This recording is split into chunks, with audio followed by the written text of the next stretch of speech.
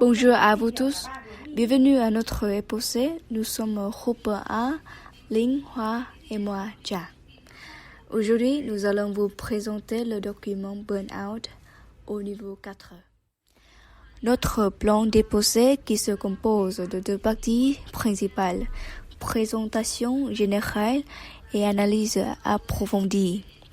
La deuxième partie inclut les champs lexicaux d'identification du thème, les points de vue de l'auteur et des personnes mentionnées et la nature des questions. Tout d'abord, présentation générale du document. Le titre, c'est le burn-out. Alors, il s'agit d'un article de presse paru le 25 janvier 2014 dans l'Express.fr par Soraya Ghali. Ce document est divisé en 8 paragraphes, comme vous pouvez le voir sur l'écran. Voilà, maintenant je vais inviter Linh qui vous présente la deuxième partie. Linh, s'il te plaît. Alors, maintenant, on va analyser en détail ce document. Premier moment, les sommes lexicaux. Il existe 4 sommes lexicaux principaux liées au burn-out. Le travail, la famille, le burn-out et les sociaux médias. Vous pouvez voir sur l'écran. Nous les avons colorés. Le travail en bleu, la famille en violet, le burn-out en rouge et les sociaux médias en vert. Deuxièmement, identification du terme. La pression au travail et les propositions pour améliorer le burn-out. Ensuite, Hoa va vous parler des points de vue dans ce document et la nature des questions. Hoa, s'il te plaît.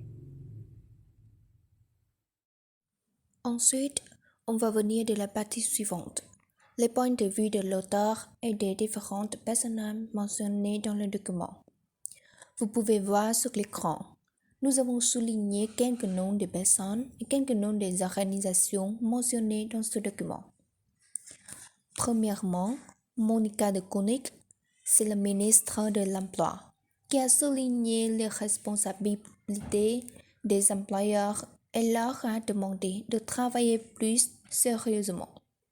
Ensuite, Tempête, l'organisation flamande des PME, UNISO, qui remarque que les origines du burn-out sont multiples et le travail n'en est pas la cause unique. Et la Fédération des entreprises de Belgique est du même avis. La ministre se défend en soulignant l'objectif, mais son responsable sur le milieu de travail n'est pas ignoré.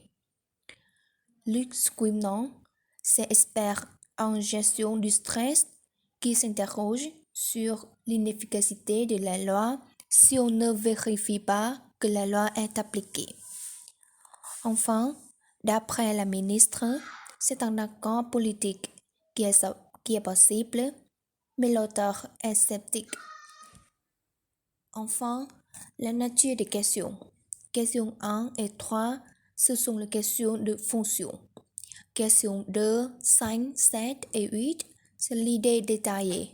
Question 4, l'idée principale. Question 6, c'est la compréhension du son d'un connecteur logique.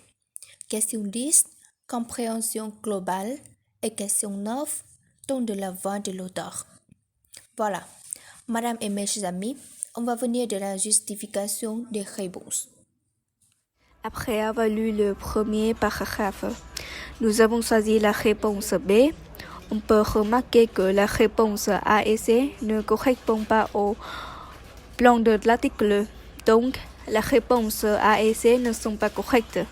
Et ici, on peut voir que l'auteur n'exprime pas une opinion. Donc, la réponse D n'est pas correcte aussi. On peut trouver les informations à la ligne de 11 à 13 parce que d'après Monica, les employeurs prêtent trop peu d'attention à un phénomène. On passe de devenir une véritable épidémie. Patron est synonyme d'employeur, donc Nous choisissons la réponse A. À la ligne 7 et 8, il n'y en a pas de synonyme ou de verbe pour le mot alerter dans ce document. Donc, B et D ne sont pas la bonne réponse. Ensuite, la réponse A et C, on peut trouver la justification à la ligne 9 et 10. Les armées pour revenir le burn-out parmi les salariés. Donc, la réponse A n'est pas correcte. Enfin, nous avons choisi C comme bonne réponse. Question 4. Nous avons choisi la réponse C. Ici, on ne voit pas les informations liées aux publicitaires, donc la réponse A et B n'est pas la bonne réponse. La réponse D, une anecdote est synonyme de conte, c'est-à-dire le paragraphe narratif. On ne voit pas une histoire, donc ce n'est pas une bonne réponse. Voilà, question 5. Nous avons choisi la réponse B. On peut trouver les informations à la ligne de 17 à 24. La réponse A ne correspond pas au promulgué. La réponse C, on ne pas, et la réponse D, on s'est moqué. Ici, avoir recours à la justice, c'est-à-dire avoir porté plainte dans ce document. Question 6. Les réponses A et B sont synonymes. Donc, tous les deux ne sont pas la bonne réponse. La réponse C, d'ailleurs, c'est-à-dire une autre. Ce n'est pas raisonnable, parce que dans la phrase précédente, il y a le mot cause. Donc, la phrase suivante indique la conséquence. Nous avons choisi la réponse D. La question 7. Les réponses A et B ne sont pas mentionnées. Nous avons choisi la réponse C. On peut trouver la justification à la ligne 33. On peut voir qu'après l'idée de UNISO, même réplique du côté de la Fédération des entreprises de Belgique, c'est-à-dire du même avis. La question suivante. Les informations dans les réponses A et B ne sont pas mentionnées. Nous avons choisi la réponse C parce qu'on peut trouver les informations à la ligne 40 et 41. À quoi servent les campagnes de sensibilisation si on ne vérifie pas que la loi est appliquée? Le cas actuellement, ici, c'est-à-dire la loi n'est pas appliquée, ce qui entraîne le burn-out dans une entreprise. Question 9. Nous avons choisi la réponse A. On peut voir que l'auteur pose une question après l'idée de la ministre. Les résultats seront-ils à la hauteur des enjeux? La fonction de cette question est le doute. Et il est synonyme de le scepticisme dans la réponse A. La dernière question.